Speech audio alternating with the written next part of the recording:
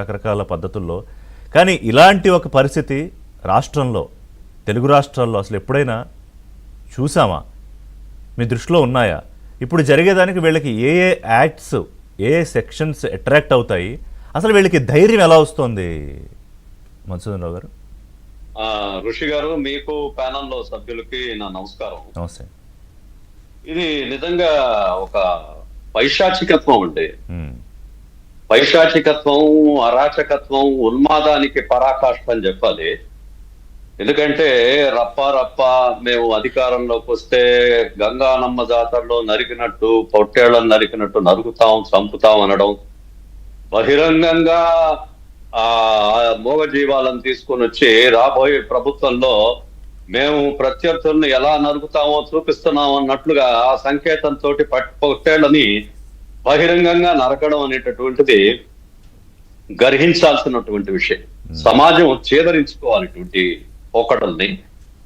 ఎందుకంటే ఇప్పుడు వాళ్ళు ఆ చెప్పేటటువంటి ఈ రప్ప అనేటటువంటి పోస్టర్లు కానీ, స్లోగన్లు కానీ, దాన్ని సమర్థిస్తూ వాళ్ళ నాయకుడు మాట్లాడేటటువంటి మాటలు కానీ ఎలాంటి సందేశం ఇస్తుంది సమాజానికి?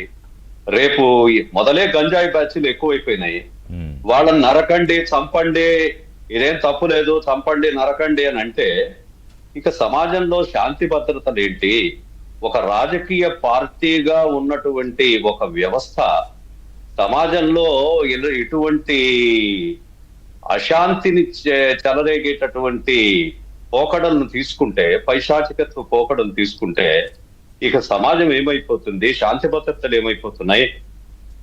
అంటే అసలు ఆయన కన్సర్న్ ఉన్నట్టు కూడా కనిపించట్లేదు కదా మధుసూదన్ గారు. ఆయనకి ఏదన్నా కన్సర్న్ ఉంటే ఈ పాటికి ఎక్కడో అక్కడ ఒక ఎక్స్ లో, ఒక ట్వీట్ అన్న చేసేవారు.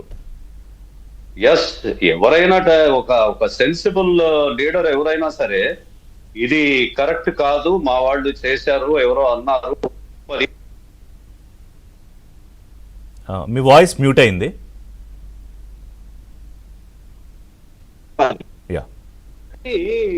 అలా ఇవ్వకుండా దాన్ని ఎంకరేజ్ చేస్తూ మాట్లాడడం అంటే ఇది ఎంతమంది ఉన్మాదులు తయారవుతారు, సైకోలు తయారవుతారు. మరి వాళ్ళని కట్టడి చేయకపోతే సమాజం ఏమైపోతుంది?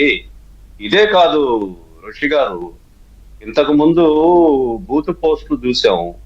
ఆడవాళ్ళని పాపం చాలా అవమానంగా ఫోటోలు మార్ఫింగ్లు చేయడం, వీడియోలు, ఆ బూతులు పెట్టడం. నిజంగా అదే కాదు, పబ్లిక్ గా ఒకడైతే నాయకుల ఇళ్లలో దూరి వాళ్ళ ఆడవాళ్ళని వాళ్ళ కళ్ళ ముందే రేప్ చేస్తానన్నాడు. పాపం పవన్ కళ్యాణ్ గారి చిన్న ఆడపిల్లలను కూడా వదలలేదండి ఆ దుర్మార్గులు. ఇటువంటి మనం చూసినప్పుడు ఒక ఆటవిక సమాజంలో ఉన్నామా? ఇటువంటి హింసాత్మక, జుగుప్సాకరమైనటువంటి కామెంట్లు, వీడియోలు చేసే వాళ్ళకి సపోర్ట్ చేస్తున్న నాయకుల యొక్క మానసిక స్థితి ఏంటి అనేటటువంటిది ఆశ్చర్యం వేస్తుంది. కానీ అటువంటి వాళ్ళకు కూడా ప్రజలు ఓట్లు వేస్తున్నారంటే ఎలా వేస్తున్నారు? ఏదో ఒక సెక్షన్ వేస్తున్నారంటే ఎందుకు వేస్తున్నారో కూడా అర్థం కావడం లేదు. ఒక ఎంపీని తీసుకెళ్లి కస్టోడియల్ టార్చర్ చేశారు. ఒక పాపం ఒక అమ్మాయి డాక్టరు, ఒక యాక్టరు, ఆ అమ్మాయిని ముంబై నుంచి వాళ్ళ ముసలి తల్లిదండ్రులను తీసుకొచ్చి ఫాల్స్ కేసు పెట్టి, కిడ్నాప్ చేసి, చిత్రహింసలు పెట్టి రిమాండ్కి పంపించారు ఫాల్స్ కేసులో. అట్లాగే తప్పుడు SC/ST కేసులు పెట్టారు, అటెంప్ట్ మర్డర్ కేసులు పెట్టారు. ఆ తర్వాత సాక్షాత్తు ఇప్పుడు ముఖ్యమంత్రి, అప్పటి ప్రతిపక్ష నాయకుడు ఇళ్ల మీదకే ఆ కర్రలు, గొడ్డళ్ళు తీసుకొని దాడులు చేశారు. పార్టీ కార్యాలయాల మీద దాడులు చేశారు. అంటే చూస్తుంటే సార్, ఇప్పుడు వాళ్ళు అధికారంలో ఉన్నప్పుడు మధుసూదన్ గారు ఇవన్నీ చెల్లై చేశారు. ఇప్పుడు బలమైన కూటమి ప్రభుత్వం అధికారంలో ఉండి, ఒక కఠినంగా నిర్ణయాలు తీసుకుని ఒక ముఖ్యమంత్రి ఉండి, స్ట్రింజెంట్ యాక్షన్స్ తీసుకోండి అని పోలీసులకు ఒక ఫ్రీ హ్యాండ్ ఇచ్చి ఇంత చేస్తున్నా కూడా వీళ్ళకి ఈ కార్యక్రమాలు చేయడానికి, పైగా చెప్పుకోవడానికి, వాటిని పోస్ట్ చేయడానికి ఒక ధైర్యం ఎక్కడి నుంచి వస్తుంది అంటున్నాను నేను. ఇంకా కూడా నేను ఈ చర్యలు సరిపోవని నేను అనుకుంటున్నాను. ఎందుకంటే ఎంతో మంది రౌడీలు డీల్ చేసాం. ఒకవేళ ఈ అరెస్టుల విషయంలో కొంచెం ఈ చట్టపరంగా ఒక రకమైనటువంటి ఒక రిలాక్సేషన్ వచ్చింది. ఆర్నేష్ కుమార్ జడ్జిమెంట్ వచ్చిన తర్వాత సుప్రీంకోర్టులో 7 సంవత్సరాల శిక్ష వాళ్ళకి రిమాండ్ లేదు అనేటటువంటిది ఒక రిలాక్సేషన్ అయిపోయింది. ఉమ్. ఇవన్నీ కూడా చాలా నేరాలు 7 సంవత్సరాల లోపలే ఉన్నాయి. ఇవన్నీ 3 సంవత్సరాలు, 5 సంవత్సరాలు, సంవత్సరం ఇట్లా ఉన్నాయి. కాబట్టి వాళ్ళకి ఏదో 41 నోటీస్ ఇచ్చి పంపిస్తుంటే వాళ్ళకి అసలు వాటికి సీరియస్నెస్ ఏముంటుంది?